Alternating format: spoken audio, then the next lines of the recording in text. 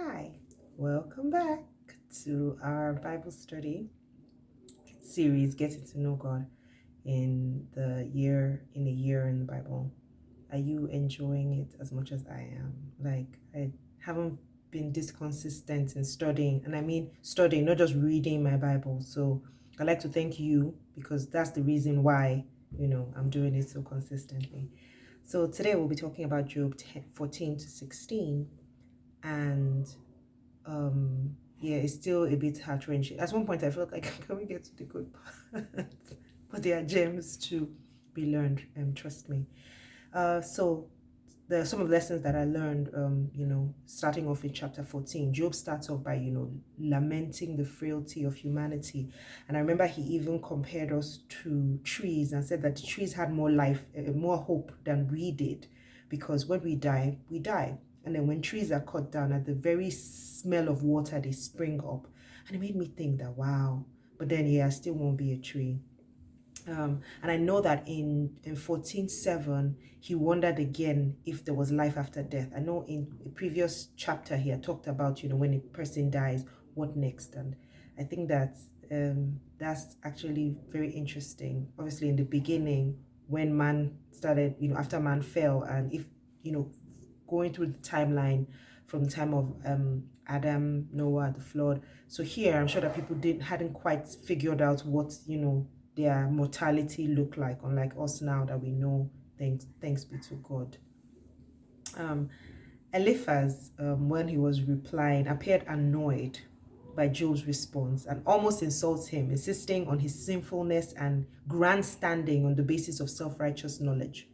He goes as far as implying that his fate is like that of the wicked, who have total destruction and calamity. I know towards the end of chapter 14, he just started to talk about all the things that were, that the wicked had to look forward to. And I noticed that there were some things that he said that he was probably just, poking at Job. Something like, oh, their lands will be taken away from them. Their children will be taken away from them. And I was like, guys, what kind of friends are these, for goodness sake? Like, with friends like this, you don't need enemies, trust me.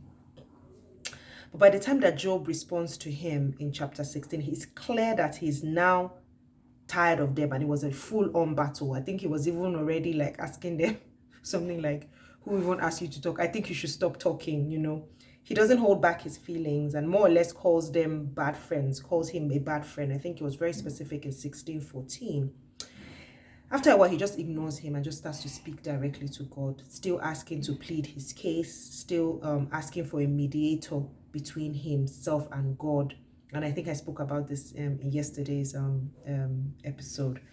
So let's get to my getting to know God, hashtag getting to know God lesson from this one. I was reminded of a saying, I think it's somewhere in the New Testament though, where it says mourn with, when Jesus was talking and he said mourn with those who mourn, and rejoice with those who rejoice. And I thought about it here. We're called to mourn with those who mourn, not advise them, not tell them, oh, this is what you did right or what you did wrong. If you remember in the beginning, the first 7 days that the friends sat quietly with Job were probably the best times I had with them, because once they started speaking, everything started to go left. Now, God sits with us in our mourning and our suffering. This is what Job's friends should have done.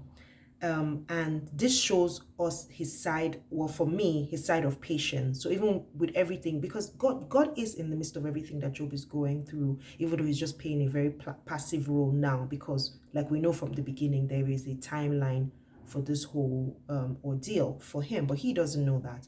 So I think the lesson that we'd learn from sitting in silence and mourning with those who mourn is patience, because we have to be patient in their suffering.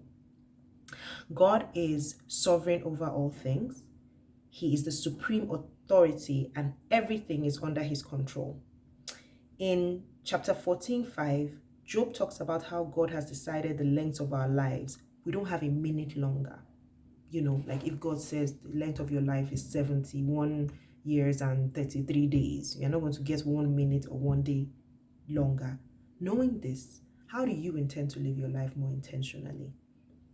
Even through pain and suffering and all the things, because I know that most times as human beings, we feel entitled that, okay, if I have 30 years, then it must be 30 years of enjoyment, but it doesn't necessarily have to to be like that. So knowing that your days are numbered, and when your number is up, you don't get a second extra and you have to go, how would you live your life more intentionally?